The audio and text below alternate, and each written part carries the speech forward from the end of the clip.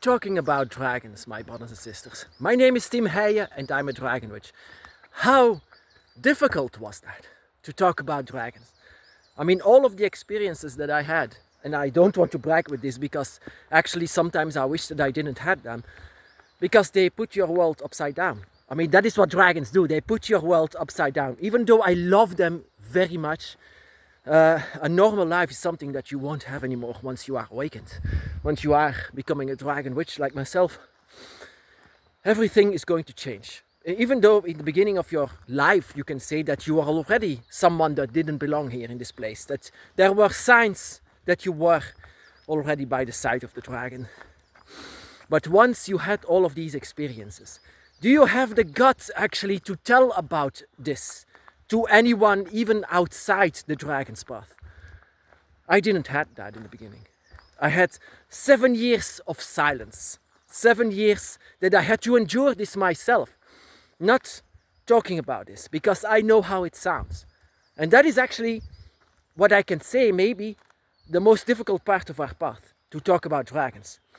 I had seen a lot of people who, just like myself, was even afraid to pronounce the name dragon to anyone, knowing how it sounds.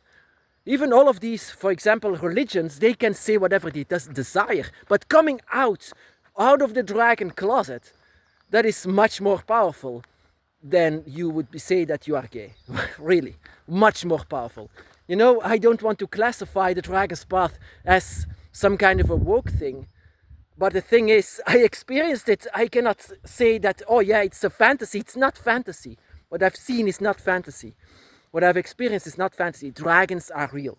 But the thing is, you are living here in this world as a human, amongst humans, with a family and things like this. You have to tell it sometimes. You know, my first brother, Thomas, from Poland, the one that actually pushed me over the edge, you know, to say about it, to tell about it, because there are others. Actually, he never moved on his dragon's path, simply because he's afraid of what his family is going to say. Even though he's very much into the dragon, he loves his dragon, but he doesn't move on his dragon's path. He's so afraid of what his family is going to tell him. He is stuck. And I didn't want that. I didn't want to be stuck like him. I want to continue and to shout out to the world that this is spirituality that you can follow. This is something that you don't have to push away. Because so many people push this away because people said it. That is messed up. You don't need to do that. It's like pushing that away. It's like pushing yourself away. I pushed this away because of what people might say about this. That is something that you shouldn't care about. To become also the dragon witch or someone who goes on the dragon's path is to not care. But I care actually a lot to this about people who are also on the dragon's path, because I feel that. And the most time that I feel that is once there was a parade in France, and this parade had this gigantic dragon in it. All of the people wanted to touch the dragon, and once the dragon looked at them, they were like, he looked at me, and the children were just enchanted by this. This, my brothers and sisters, is a proof that this is the one that is divine, not a human, not a guy with a beard on a cross, not a guy with a beard on whatever, not a guy, not a woman, not an animal. It's just whenever the dragon comes through, everyone is enchanted by it. How come? And why do we push this away? Because religion says, push this away. No. And that is the reason why we are so afraid to tell it. Because the dragon is so much changed into fairy tales and demonized. And that we shouldn't be afraid actually to tell what we are for. Who we are actually. We are dragon witches. We are proud that we are on the side and in the side of the shadow of the dragon. And it's not an easy path, not at all. That is why you should use some support from your family and friends, that they are saying, how is it going? Everything is fine. You just need to tell this to people. You need to have support from this. To be alone in this is never good. To be alone, because I see what Thomas has. He is always alone. Even though He has his dragon by his side. I wanted to infiltrate inside of his dragon eye. Bad idea, the dragon didn't want it.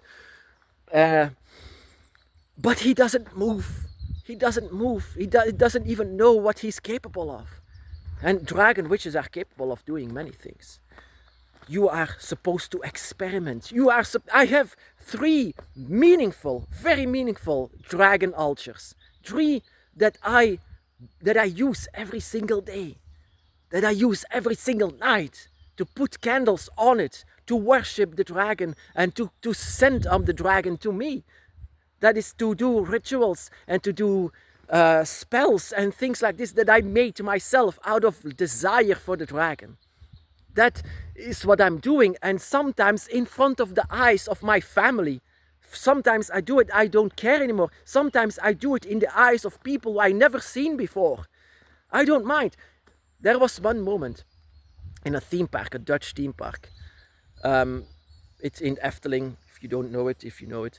There is a roller coaster that is being called Joris and the Draak, George and the Dragon. There is a huge image of the dragon. And there were some kids actually, because the dragon was made very like big teeth, like children were like more like skeptical with this. And there was one child that did like his tongue out, like saying stupid dragon. This was one kid that didn't like the dragon. And there were a lot of people surrounded. So the thing that I did was like kneeling down before this dragon, kneeling down before this image of the dragon, while maybe 30 people were surrounding me.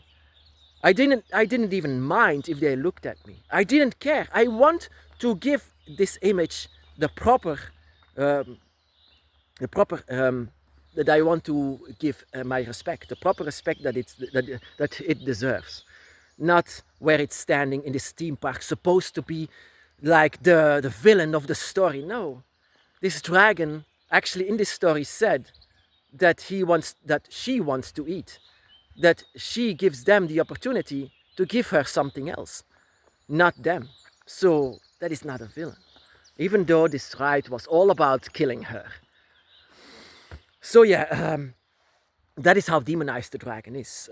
That is how demonized they are. Even though whenever there is a dragon inside of some kind of spectacular thing, like I've seen in France, like if the dragon is portrayed how they are, then everyone is like trying to reach out for the dragon, like the divine beings that they are. And that is why I find it unfortunate. Why don't you want to speak about this? You have to be proud of this. You are the chosen of the dragon. You are the one that is walking in this world like anyone else, inside of the shadow of the dragon, and yet you are afraid to tell it. Like all of these religious guys telling God is real, you have to. And you don't have to say you have to, you just need to say it's there. The dragon is real. The dragon is real, and you don't need to believe it, because not everyone is on the dragon's path. Not everyone is. But the thing is, you need support from this, because this can be one hell of a ride whenever you are on the dragon's path by the side of your dragon. It's going to be an emotional roller coaster. Everything, depressions, happiness, everything is going to happen at once. So in order to go through this, as a human, sometimes you have much more limits as a human than a dragon.